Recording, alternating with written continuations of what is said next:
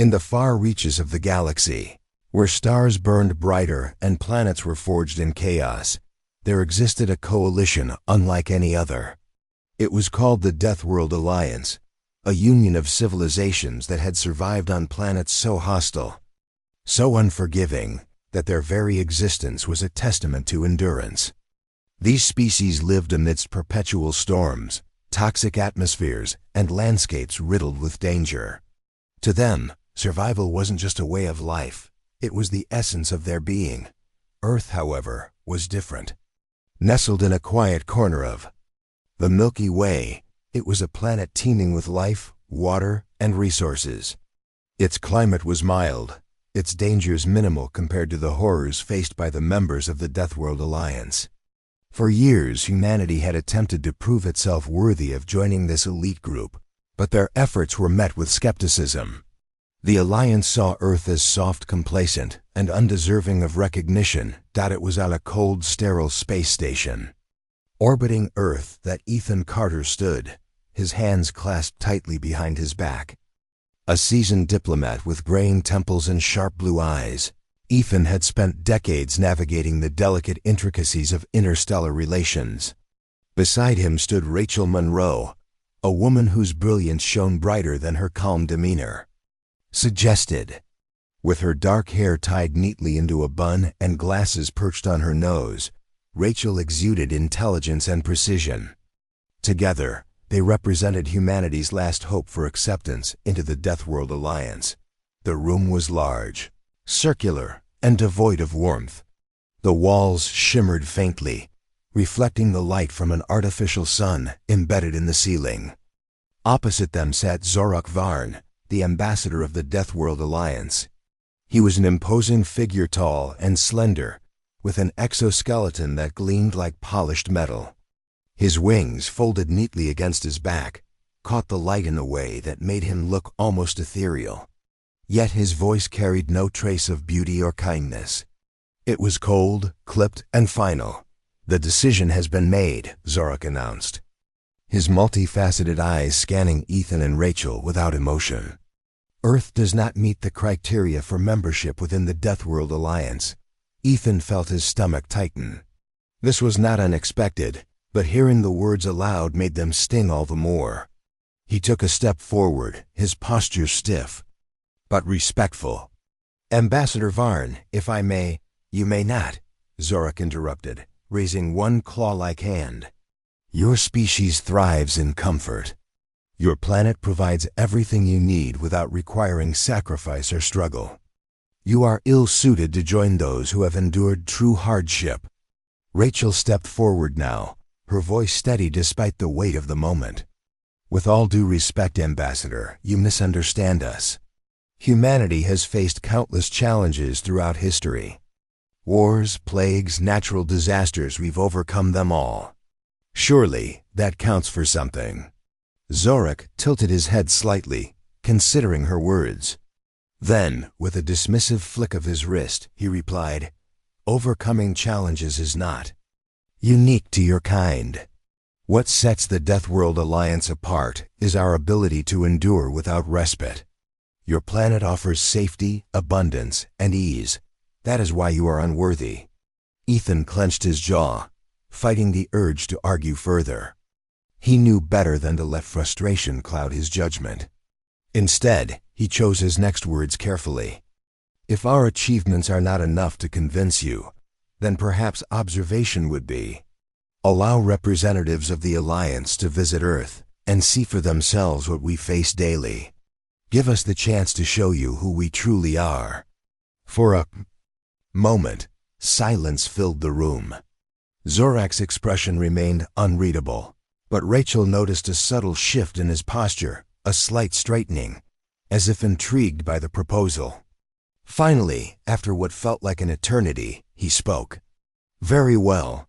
A delegation will be sent to assess your claims.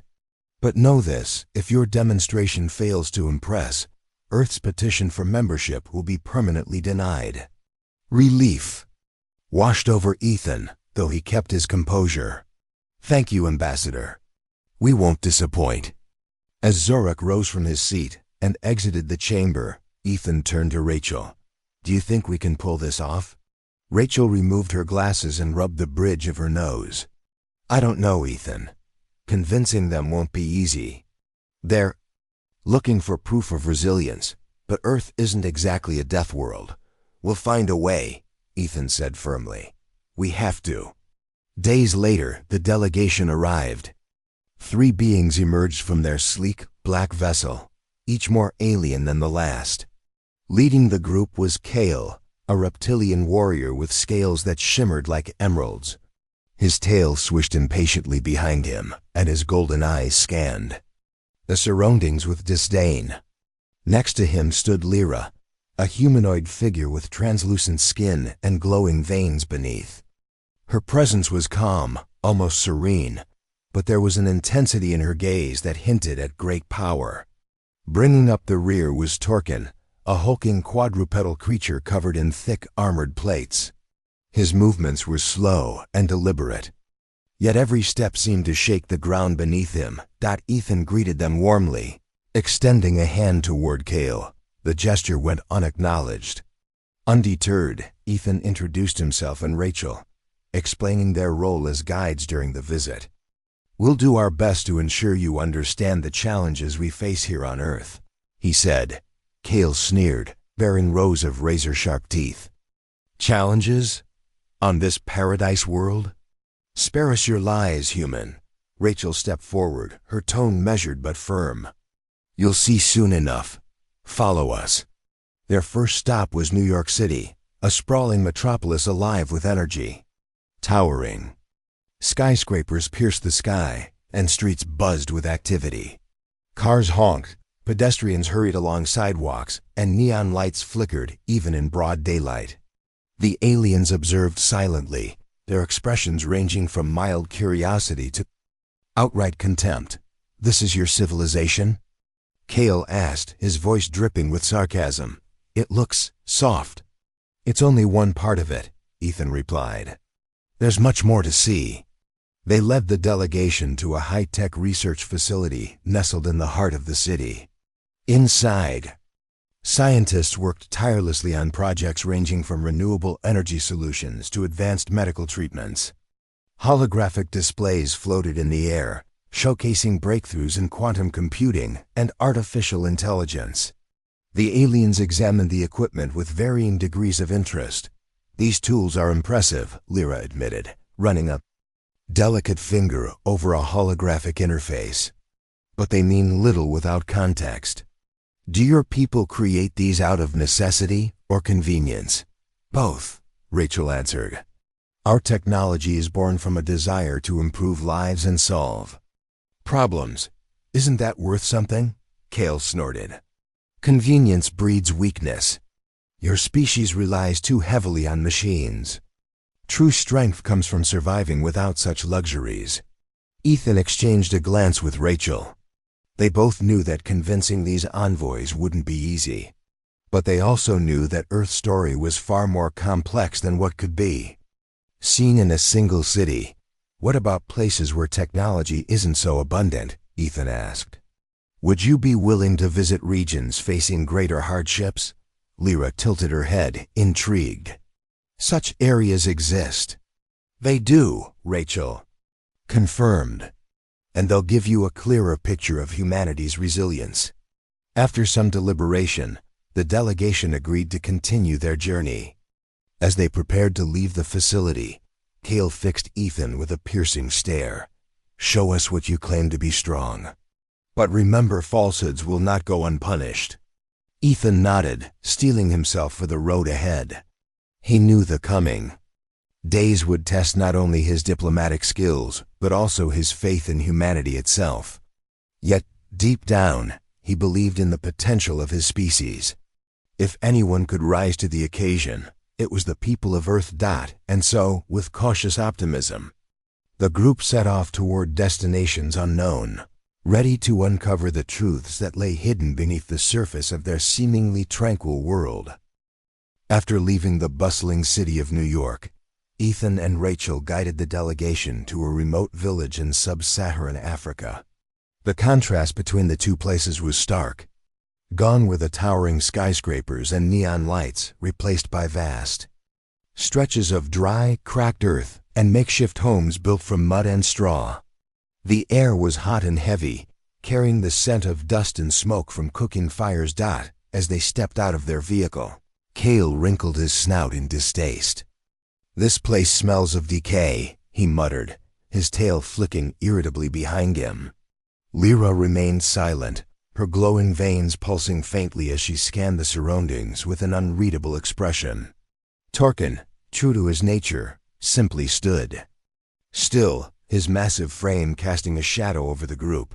Ethan ignored Cale's comment and gestured toward a nearby farm. "This is where we'll start. Meet Jamal, one of the farmers here." Jamal was a tall man with sun-darkened skin and calloused hands. Despite the hardships etched into his face, his smile was warm and welcoming. He approached the group cautiously, bowing slightly as a sign of respect. "Welcome," he said in broken but earnest English.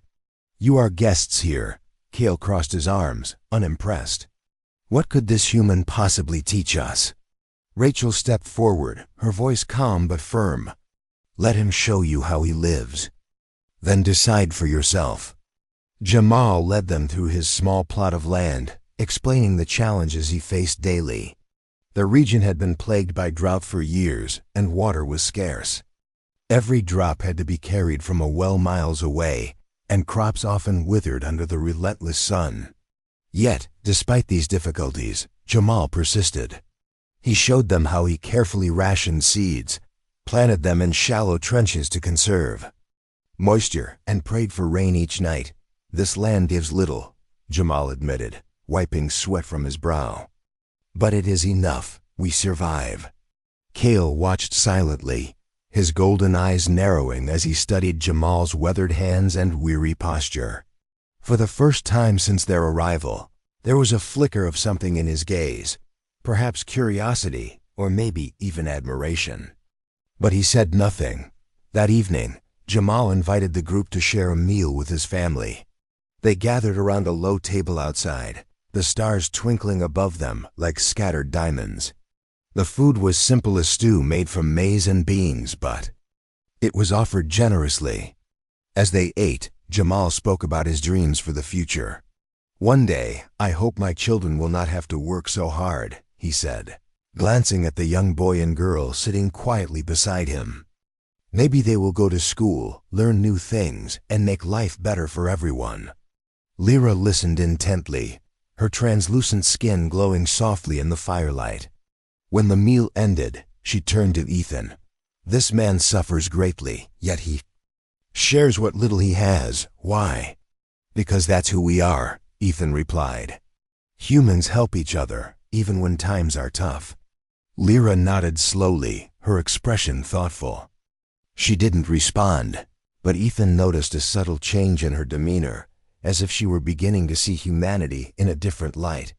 The next stop took them to Eastern Europe, where conflict had torn apart entire communities. The village they visited was scarred by war, its buildings reduced to rubble and its streets deserted save for a few brave souls who refused to leave. Among them was Maria, a young medic who risked her life daily to care for the injured. Maria greeted the group with a mixture of caution and determination. Her dark hair was tied back in a ponytail, and her clothes bore patches sewn hastily to cover tears. A medical kit hung from her shoulder, its contents sparse but essential. "I don't know why you're here," she said bluntly, "but if you're looking for proof of strength, follow me." She led them to a makeshift clinic housed in the remains of a bombed-out building. Inside, patients lay on cots or sat huddled against the walls, their faces pale and drawn. Maria moved among them with practiced efficiency, tending to wounds and administering medicine with steady hands. Despite the chaos surrounding her, she radiated calm and purpose. Torkin observed her closely, his armored body nearly filling the cramped space. When a sudden explosion shook the ground outside, sending debris raining down, Maria sprang into action. She ushered the patients to safety, shielding them with her own body as another blast rocked the area. The aliens followed, watching in stunned silence as Maria returned moments later to retrieve supplies, ignoring the danger still lurking outside. When the threat passed, Cale approached her, his tone grudgingly respectful. "You risked your life. For others, why?" Maria shrugged, brushing dust from her jacket. "Because someone has to. If I don't do it, who will?" Cale exchanged a glance with Lyra, who seemed equally affected by Maria's words. For the first time, the reptilian warrior appeared uncertain, as though struggling to reconcile his preconceived notions with what he was witnessing. Their final destination before returning to the orbital station was the Pacific Ring of Fire, a region notorious for its frequent earthquakes and volcanic eruptions. The devastation left in the wake of a recent quake was overwhelming. Buildings lay in ruins, roads were split open like jagged scars, and survivors wandered aimlessly, searching for loved ones amidst the wreckage. Here, they met Carlos, a firefighter whose uniform was streaked with dirt and ash. His face was lined with exhaustion, but his eyes burned with resolve. "We've been working nonstop since the quake hit," he explained, leading the group toward a collapsed apartment complex. "There are still people trapped inside." Without hesitation, Carlos climbed into the unstable structure, calling out for survivors. The delegation followed at a safe distance, watching as he used his bare hands to dig through piles of concrete and twisted metal. At one point, a loud groan signaled that part of the building was about to collapse. Everyone froze except Carlos, who pushed forward, pulling a young girl free just moments before the ceiling caved in. Torkin let out a low rumble, his deep voice filled with awe. "He does not fear death," he said, turning to Ethan. "Why does he continue when the risk is so great?" "Because giving up isn't an option," Ethan replied. "Not for people like Carlos. Not for any of us." Carlos joined them later, his body bruised but his spirit unbroken. "It's not just me," he said humbly. "There are hundreds of others doing the same thing. We look out for each other. That's how we get through." Lyra placed a delicate hand on her chest, her glowing veins dimming slightly as if reflecting her inner thoughts. "Your species is complicated," she murmured. "You endure pain, yet you find joy in helping others. You face loss, yet you keep moving forward." Ethan nodded. "That's what makes us human." By the time they boarded the shuttle back to the orbital station, the atmosphere within the group had shifted. Cale no longer wore his usual scowl, though he remained guarded. Lyra seemed lost in thought, her glowing veins flickering softly as she processed everything she'd seen. Even Torkin, who rarely spoke, let out a low growl that might have been approval. As they prepared for the journey home, Rachel leaned toward Ethan. "Do you think we got through to them?" "I think we planted a seed," Ethan replied, glancing at the aliens. "Whether it grows into something meaningful remains to be seen." The shuttle lifted off, leaving the battered landscapes of Earth behind. Below them, the planet spun silently in the void, its beauty marred by scars of struggle and resilience. For the first time, the delegation looked down at it not with disdain, but with a hint of curiosity and perhaps even respect. The journey back to the orbital station was quiet, each member of the group lost in their own thoughts. Ethan sat near the window, gazing down at Earth as it grew smaller and smaller. The planet looked peaceful from this distance, its blue oceans and swirling clouds masking the struggles that defined life on its surface. Beside him, Rachel scribbled notes on a tablet, her brow furrowed in concentration. She was trying to anticipate how the Deathworld Alliance might react to what they had seen so far. Cale, Lyra, and Torkin remained apart from the humans, seated together in silence. Cale's tail twitched occasionally, betraying his unease, while Lyra stared out the window with an unreadable expression. Torkin, as always, said nothing, but his massive frame seemed less imposing now, almost contemplative. When they arrived at the station, the tension in the air was palpable.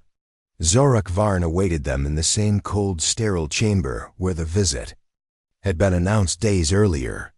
His wings were folded tightly against his back, and his multifaceted eyes gleamed like shards of ice. "Report," he commanded, his voice cutting through the stillness. Ethan stepped forward, taking a deep breath before beginning. "We took the delegation to 3 distinct regions of Earth, each presenting unique challenges. In sub-Saharan Africa, they met Jamal, a farmer battling drought and famine. In Eastern Europe, they encountered Maria, a medic risking her life to save others amidst war. And finally, in the Pacific Ring of Fire, they witnessed Carlos, a firefighter pulling survivors from rubble after an earthquake." Zorak tilted his head slightly, his expression unchanged. "And what did your visitors learn?" Before Ethan could respond, Cale spoke up, his voice gruff but measured. "These humans endure suffering. They lack the strength of our kind, yet they persist." He paused, glancing at Jamal's worn hands, Maria's determined face, and Carlos's battered uniform in his mind's eye. "I do not understand why." Lyra added her thoughts next, her tone softer but equally thoughtful. "Their resilience is different from ours. It is not born of harsh environments or constant danger. Instead, it comes from connection, from helping one another even when survival seems impossible." Tarkin rumbled low in agreement, his deep voice resonating through the chamber. "They fight for others. This is strange." Zorak listened intently, his wings shifting ever so slightly. When the envoys fell silent, he turned his gaze to Ethan and Rachel. "You believe these examples prove Earth's worthiness?" Ethan nodded firmly. "Yes, humanity may not live on a death world, but we face hardships all the same. What sets us apart is how we overcome them, not alone, but together." Rachel stepped forward, her voice steady. "Our strength lies in our unity. We adapt, we innovate, and most importantly, we care for one another. That is what makes us resilient." For a long moment, Zorak said nothing. The room felt heavy with anticipation, every breath drawn sharply. Finally, he unfolded his wings, casting a shadow over the group. "Your argument has merit. However, the decision rests with the Council. Prepare yourselves for their judgment." With that, Zorak dismissed them, leaving Ethan and Rachel to wait anxiously for the verdict. As they exited the chamber, Cale approached them, his golden eyes narrowed. "You claim your species is strong because you help one another. But what happens when there is no one left to help? What then?"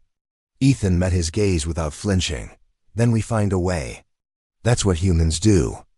Back aboard the orbital station, the delegation prepared to deliver their report to the full council of the Deathworld Alliance. The council chamber was vast, its walls lined with holographic displays showing images of the various planets represented by the coalition. Representatives from each world sat in tiered seats, their forms ranging from insectoid to amphibian to shapes that defied description. At the center of the room stood a raised platform where Cale, Lyra, and Torkin would present their findings. As the session began, Cale stepped forward, his scales glinting under the artificial light. He recounted everything they had witnessed: Jamal's perseverance in the face of drought, Maria's courage amidst war, and Carlos's selflessness during disaster. His words were blunt and unpolished, but they carried weight. "These humans are weak compared to us," he admitted, "yet they endure. They share what little they have and protect those who cannot protect themselves. I do not fully understand it, but I cannot deny it." Lyra followed, her glowing veins dimming slightly as she addressed the council. "Our strength comes from isolation, from surviving alone in hostile environments. Humans draw their strength from connection. They rely on one another, creating bonds that sustain them even in the darkest times.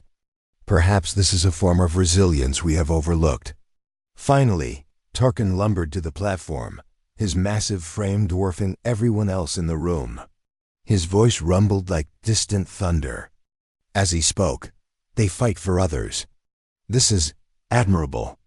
The council erupted into murmurs, some members nodding in agreement, while others shook their heads in disbelief. Zorak watched silently from his seat, his wings twitching slightly.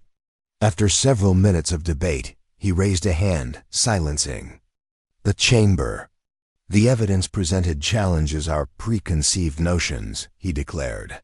"However, the question remains, does Earth deserve membership in the Deathworld Alliance?" One by one, the council members cast their votes, their decisions displayed on the holographic screens above. Ethan and Rachel held their breath, their hearts pounding as the tally grew closer. When the final vote was cast, the result appeared in bold letters across the chamber. Provisional membership granted. A wave of relief washed over Ethan, and Rachel let out a shaky laugh, clutching her tablet tightly. They had done it, or at least they had taken the first step. Earth was now part of the Deathworld Alliance, though only provisionally. The conditions were clear. Humanity must continue proving its resilience by addressing global issues such as inequality, environmental destruction, and warfare. As the council adjourned, Zorak approached Ethan and Rachel. "Do not mistake this decision for acceptance," he warned. "You have earned a chance, nothing more. Use it wisely." Ethan nodded, his expression serious. "We will." News of Earth's provisional membership spread quickly, sparking reactions across the globe. Some celebrated the achievement as a triumph of diplomacy and perseverance. Others criticized the terms, arguing that humanity should not have to justify its worth to alien civilizations. Protests erupted in major cities, with banners reading, "Earth stands alone," and "No to alien judgment." Despite the backlash, the decision marked a turning point in human history. For the first time, Earth stood shoulder to shoulder with the galaxy's toughest survivors. In the days that followed, Ethan and Rachel returned to Earth, tasked with overseeing the implementation of the Council's conditions. They traveled extensively, meeting with world leaders, scientists, and activists to discuss strategies for tackling climate change, poverty, and conflict. It was daunting work, but both felt a renewed sense of purpose. Meanwhile, Kale, Lyra, and Torkin prepared to depart. Before leaving, Kale approached Ethan and Rachel one last time. "You have earned our respect," he said gruffly, extending a claw-like hand. "But remember, actions speak louder than words." Rachel shook his hand, her grip firm. "We won't forget." As the aliens boarded their vessel and disappeared into the stars, Ethan turned to Rachel with a small smile. "We've got a lot of work ahead of us." She nodded, her eyes reflecting determination. "But we're ready." And so humanity embarked on a new chapter, poised between hope and uncertainty. The road ahead would be difficult, filled with challenges that tested not only their strength, but also their unity. Yet, as Ethan and Rachel looked up at the night sky, they knew one thing for certain. Earth had proven itself capable of enduring and thriving in ways no one had expected. Even among the stars, humanity's story was just beginning. The provisional membership granted by the Deathworld Alliance brought both celebration and controversy to Earth. For some, it was a moment of pride, a validation of humanity's potential on the galactic stage. For others, it felt like an insult, as if Earth had been placed under probation instead of being fully accepted. The conditions set by the Council addressing global issues like inequality, environmental destruction, and warfare were seen as intrusive by many, who believed humanity should chart its own course without alien interference. Ethan Carter and Rachel Monroe found themselves at the center of this whirlwind. Tasked with overseeing the implementation of the Council's demands, they traveled tirelessly across continents, meeting with leaders, scientists, activists, and ordinary citizens. Each destination added another layer of complexity to their mission, revealing just how deeply rooted these problems were in human society. Their first stop after returning from the orbital station was a small, coastal town in Southeast Asia. Here, Rising sea levels had already begun swallowing homes and farmland, forcing families to relocate. The community was struggling to adapt, relying on makeshift barriers and limited government aid. Ethan and Rachel met with local leaders, listening to their stories of loss and resilience. One woman named Annika stood out among the crowd. Her home had been destroyed by flooding, yet she remained determined to rebuild. "We can't give up," she told them, her voice steady despite the tears in her eyes.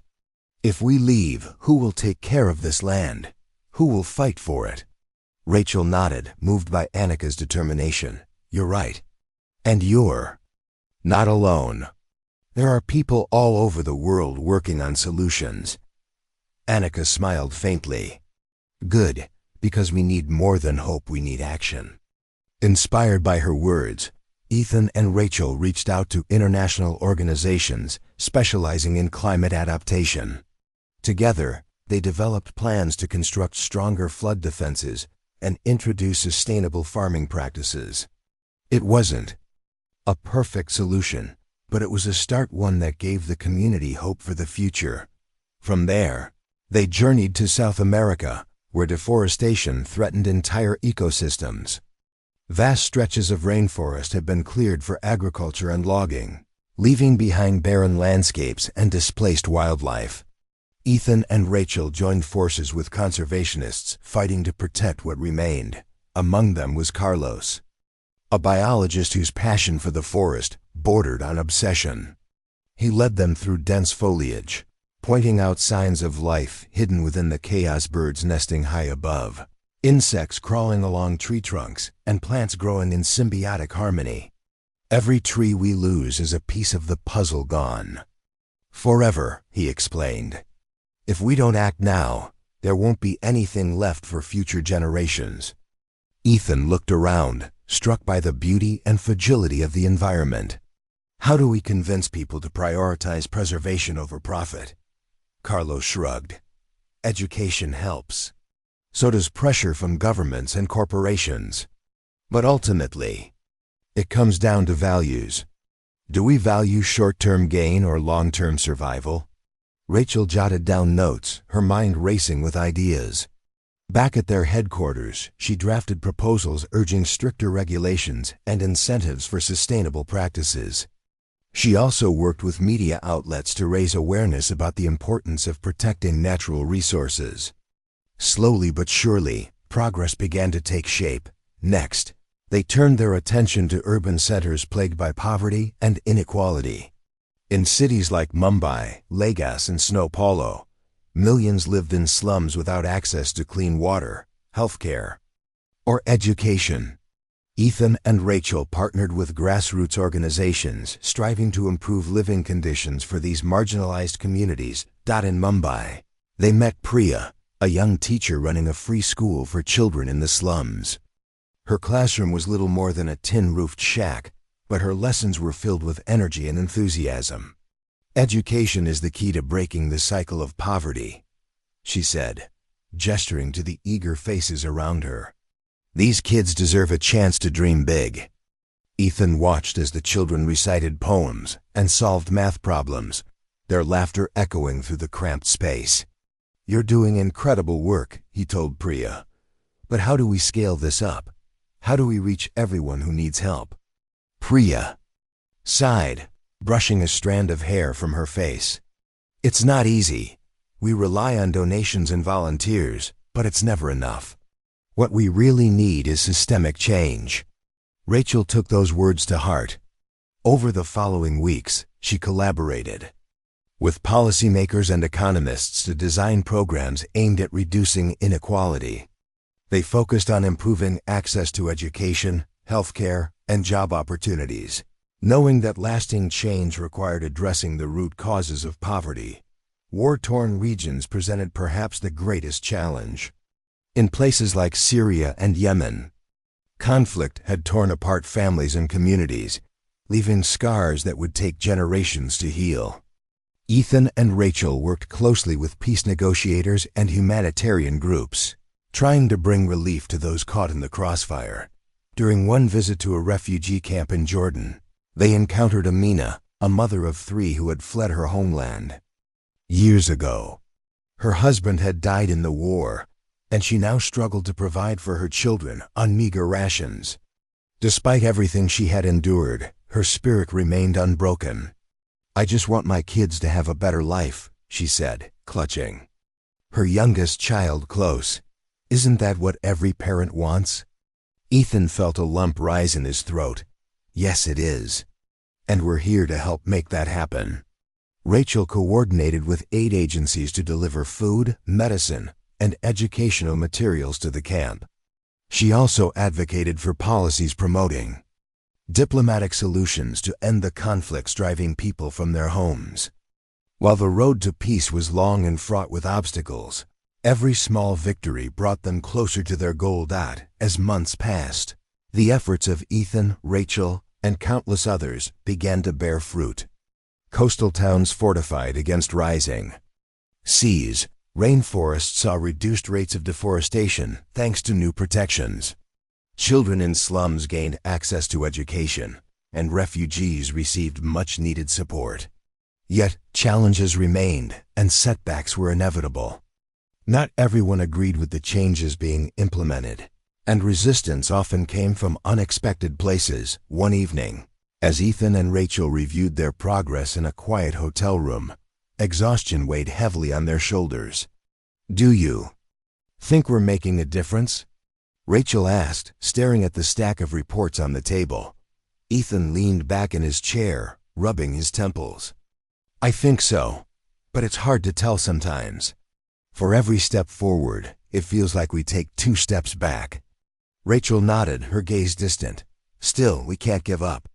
If we do, then what's the point of all this?" Ethan smiled faintly.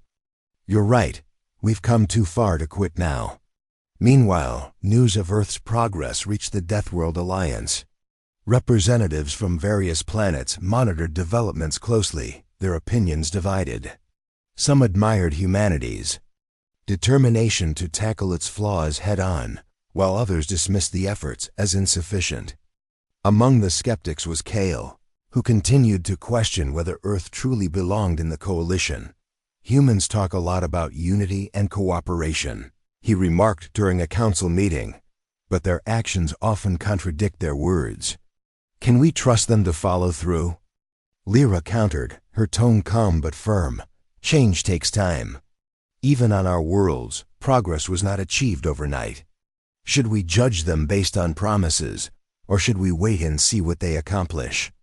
Tarkin let out a low rumble, his massive frame shifting slightly. "They fight for others. That is rare, perhaps worth watching." The debate continued, reflecting the uncertainty surrounding Earth's place in the Alliance. Yet, amidst the skepticism, there was also curiosity, a growing interest in understanding the complexities of human nature. Back on Earth, Ethan and Rachel pressed on, driven by the belief that humanity's story was far from over. They knew the journey ahead would be difficult, filled with trials that tested not only their strength, but also their resolve. But as they looked up at the night sky, dotted with stars that now seemed closer than ever, they felt a spark of hope. Earth had proven itself capable of enduring and thriving in ways no one had expected. And though the galaxy watched with cautious eyes, humanity stood ready to write the next chapter of its story, one step at a time. Months had passed since Earth earned its provisional membership in the Deathworld Alliance. The planet was abuzz with activity as governments, organizations, and individuals worked tirelessly to meet the Council's demands. Progress was slow, but steady, and while challenges remained, there was a growing sense of unity among humanity.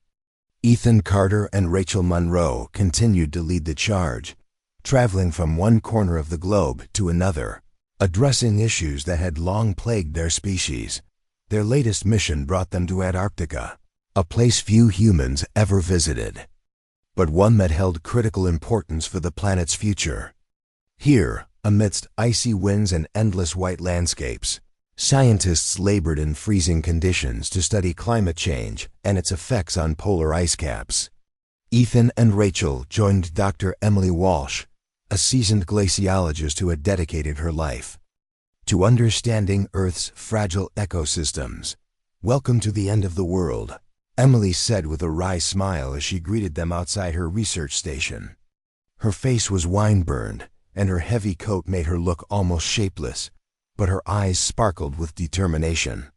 "It's not exactly paradise, but it's where the action is." Ethan glanced around at the barren expanse, his breath visible in the frigid air. "What kind of action are we talking about?" Emily led them inside the station, where walls lined with monitors displayed data collected from sensors buried deep in the ice. "We're tracking how quickly the ice is melting and what that means for sea levels worldwide. If these glaciers collapse completely, it could devastate coastal cities everywhere." Rachel frowned, studying the graphs and charts. "How close are we to that happening?" Emily hesitated before answering. "Too close. But there's still time if we act fast. That's why your work with the Deathworld Alliance matters so much. If humanity can come together to tackle this problem, we might stand a chance." Over the next few days, Ethan and Rachel immersed themselves in the scientists' efforts.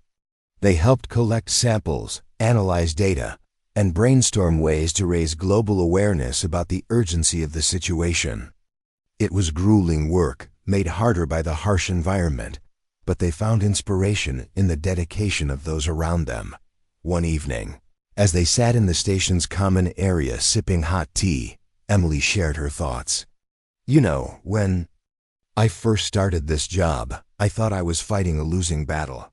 But seeing people like you, people willing to put everything on the line, it gives me hope. Maybe we can turn things around after all." Ethan smiled faintly. "Hope is powerful.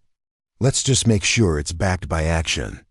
While Ethan and Rachel focused on climate science, news reached them of another breakthrough elsewhere.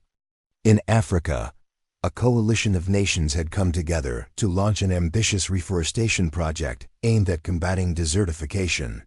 Millions of trees were being planted across the continent, creating new habitats and restoring farmland lost to drought. The initiative was spearheaded by Jamal, the farmer they had met months earlier, whose perseverance had inspired others to join the cause. Jamal stood proudly beside rows of saplings, their tiny leaves trembling in the breeze. "This is just the beginning," he told reporters during a press conference. "If we can bring life back to the land, we can bring life back to our communities too." Images of the project spread across social media, sparking enthusiasm worldwide. People began organizing similar efforts in their own regions, planting trees and advocating for sustainable practices. For the first time in years, there was a sense of collective purpose, a shared goal to heal the planet. Back in Europe, Maria, the medic from the war-torn village, played a key role in another milestone. Her tireless advocacy for peace and reconciliation had caught the attention of international leaders, leading to renewed negotiations between warring factions. Though tensions remained high, tentative agreements were reached, allowing aid workers to enter conflict zones and provide much-needed relief. Maria addressed a crowd gathered in a makeshift square, her voice firm despite the fatigue etched into her face. "War takes everything from us, our homes, our families, our futures, but peace gives us a chance to rebuild. Let's not waste it." Her words resonated deeply, inspiring even those who had once doubted the possibility of coexistence. Slowly but surely, fragile truces began to take hold, offering a glimmer of hope to millions. Despite these successes, resistance persisted. Corporations profiting from deforestation and fossil fuels lobbied fiercely against environmental reforms, arguing that such measures would cripple economies. Politicians aligned with these interests spread misinformation, sowing doubt about the severity of climate change and the need for immediate action. In response, grassroots movements sprang up, driven by ordinary citizens determined to hold their leaders accountable. Protests erupted in major cities, with activists demanding transparency and bold policy changes. Among them was Priya, the teacher from Mumbai, who rallied support for educational campaigns, highlighting the importance of sustainability. "We can't wait for someone else to save us," Priya declared during a speech at a rally. "The power to change lies within each of us. Together, we can rewrite the story of our planet." Her message struck a chord, galvanizing thousands to join the movement. Schools incorporated lessons on ecology and conservation. Businesses adopted greener practices, and local governments implemented stricter regulations. Change, though incremental, was undeniable. As Earth's transformation unfolded, updates reached the Deathworld Alliance. The Council convened regularly to review progress, their opinions shifting as evidence of humanity's resilience mounted. Kale, once the staunchest critic of Earth's worthiness, found himself increasingly conflicted. He couldn't deny the strides being made, yet he struggled to reconcile them with his ingrained beliefs. "They adapt quickly," he admitted during a private conversation with Lyra, "but adaptation alone does not equal strength." "Does it?" Lyra considered his question carefully. "Strength comes in many forms. Perhaps it's time we broaden our definition." Torkin, silent as always, let out a low growl of agreement. His observations of humanity had revealed qualities he hadn't anticipated, qualities that challenged his understanding of survival itself. Meanwhile, Zorak Varn watched the developments with cautious optimism. Though skeptical by nature, he recognized the potential for growth, not just in humanity, but in the Deathworld Alliance as well. If Earth succeeded in proving its worth, it could inspire other civilizations to rethink their assumptions about strength and resilience. For Ethan and Rachel, the journey was far from over. Each victory brought new challenges, each step forward required sacrifice. Yet, as they stood together beneath the stars one night, reflecting on all they had accomplished, they felt a profound sense of fulfillment. "We've come a long way," Rachel said softly, her breath misting in the cool air. "But we still have so much to do." Ethan nodded, his gaze fixed on the horizon. "Yeah, but we're not alone anymore. We've got the whole world behind us, and maybe, just maybe, the galaxy too." Far above them, orbiting silently in the vastness of space, the Deathworld Alliance observed Earth with growing interest. Humanity's story was unfolding in real time, a testament to the power of unity, innovation, and hope. Whether Earth would ultimately earn full membership remained uncertain, but one thing was clear: the seeds of change had been planted, and they were taking root in ways no one could have predicted. As the stars twinkled overhead, casting their light on a planet striving to redefine itself, Ethan and Rachel knew they were part of something greater than themselves. And though the road ahead was fraught with challenges, they walked it with unwavering determination for Earth, for humanity, and for the future they dared to believe in. As the months turned into a year, humanity's efforts to meet the Deathworld Alliance's conditions reached a critical point. The planet was changing, not just in its policies and practices, but in the way people thought about themselves and their place in the universe. News of Earth's progress spread far beyond its borders, reaching planets and civilizations that had once dismissed humanity as weak or unworthy. For the first time, Earth wasn't just surviving, it was thriving. Ethan Carter and Rachel Monroe stood on a hill overlooking a massive reforestation project in South America. Rows upon rows of young trees stretched toward the horizon, their leaves catching the golden light of the setting sun. Below them, volunteers worked tirelessly, planting saplings and nurturing the land back to health. Ethan turned to Rachel with a satisfied smile. "This is what we've been fighting for," he said, his voice filled with pride. "Look at it, all this life, all this hope." Rachel nodded, her eyes shining. "It's beautiful. But it's not just here. It's happening everywhere: Antarctica, Africa, Europe, Asia. People are coming together like never before." Their work had inspired millions. From small towns to bustling cities, communities rallied around shared goals: reducing waste, conserving resources, and protecting the environment. Schools taught children about sustainability. Businesses adopted eco-friendly practices, and governments passed laws aimed at creating a better future. Though challenges remained, the sense of unity was undeniable. Far away, aboard the orbital station housing the Deathworld Alliance, the Council prepared for a final evaluation of Earth's provisional membership. Representatives from across the galaxy gathered in the chamber, their forms diverse and otherworldly. Zorak Varn presided over the meeting, his wings folded neatly against his back as he addressed the assembly. Today, we decide whether Earth has proven itself worthy of full membership in the Deathworld Alliance, he announced, his voice resonating through the room. The evidence presented thus far suggests significant progress. However, let us hear from those who have witnessed these changes firsthand. Kale stepped forward, his emerald scales glinting under the artificial light. For a moment he hesitated, searching for the right words. Then, with a deep breath, he began. When we first arrived on Earth, I saw only weakness, a species dependent on technology and cooperation rather than raw endurance. But as I traveled among them, I witnessed something unexpected. These humans may lack the physical strength of our kind, yet they possess a resilience born of connection. They fight not just for themselves, but for others, for their families, their communities, their planet. This is rare. Lyra followed, her glowing veins dimming slightly as she spoke. Our strength comes from isolation, from surviving alone in hostile environments. Humans draw their strength from unity. They rely on one another, creating bonds that sustain them even in the darkest times. Perhaps this is a form of resilience we have overlooked.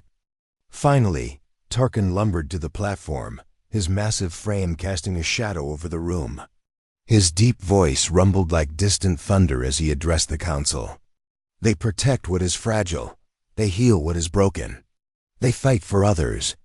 This is admirable. The chamber erupted into murmurs as council members digested the envoy's reports. Some nodded in agreement, while others remained skeptical. Zorak raised a hand, silencing the room. Your observations challenge our preconceived notions, he declared. Yet, the question remains, does Earth deserve full membership? 1. By 1, the council cast their votes, their decisions displayed on holographic screens above. Ethan and Rachel watched anxiously from Earth, their hearts pounding as the tally grew closer. When the final vote appeared in bold letters across the chamber, full membership granted, a wave of relief washed over them. News of the decision spread rapidly, sparking celebrations around the globe. Fireworks lit up the night sky in cities. From New York to Tokyo, while crowds gathered in public squares to cheer and embrace. Social media buzzed with messages of gratitude and determination, as people vowed to continue building a better world. In Antarctica, Dr. Emily Walsh stood beside her team, tears streaming down her face as she read the announcement. We did it, she whispered, clutching a cup of tea in trembling hands. We actually did it. In Africa, Jamal surveyed the newly planted forest with a wide grin. This is just the beginning, he told his fellow farmers. If we can grow trees in the desert, imagine what else we can do. In Europe, Maria hugged her colleagues, her voice choked with emotion. Peace isn't easy, but it's worth fighting for. Let's keep going. And in Mumbai, Priya gathered her students in the tiny classroom, holding up a drawing of Earth surrounded by stars. Remember this day, she told them, because you're part of something bigger than yourselves. You're part of a story that reaches beyond our planet.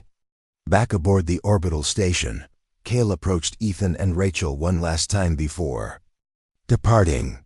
His golden eyes gleamed with a mix of respect and curiosity. You have earned your place among us, he said gruffly, extending a claw-like hand. But remember, true strength lies not in titles, but in actions. Rachel shook his hand firmly, her grip steady. We won't forget. Lyra added her thoughts next, her tone soft but sincere. Your species has much to teach us, as we have.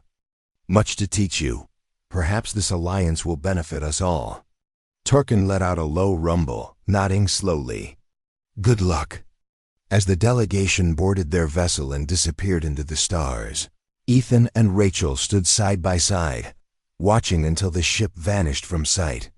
The weight of what they had accomplished settled over them, filling them with both pride and humility. We've come so far, Rachel said, her voice barely above a whisper, but there's still so much to do. Ethan nodded, his gaze fixed on the horizon. Yeah, and now we have allies to help us along the way. In the weeks that followed, Earth embraced its new role within the Deathworld Alliance. Scientists collaborated with alien researchers to develop technologies capable of reversing climate change. Diplomats worked alongside interstellar negotiators to resolve conflicts and promote peace. Artists and storytellers exchanged ideas, creating works that celebrated the diversity of life across the galaxy. The alliance wasn't perfect. No coalition ever was, but it marked the beginning of a new era. Humanity, once dismissed as weak and unworthy, now stood shoulder to shoulder with civilizations forged in fire and ice. Together, they faced the challenges of the universe, united by a shared belief in resilience, innovation, and hope. For Ethan and Rachel, the journey was far from over. Their mission had evolved from proving Earth's worth to ensuring its continued growth and prosperity. Yet as they looked up at the night sky, dotted with stars that now felt closer than ever, they knew they weren't alone. They had each other. They had humanity, and they had the galaxy. Earth's story was no longer one of isolation, it was one of connection.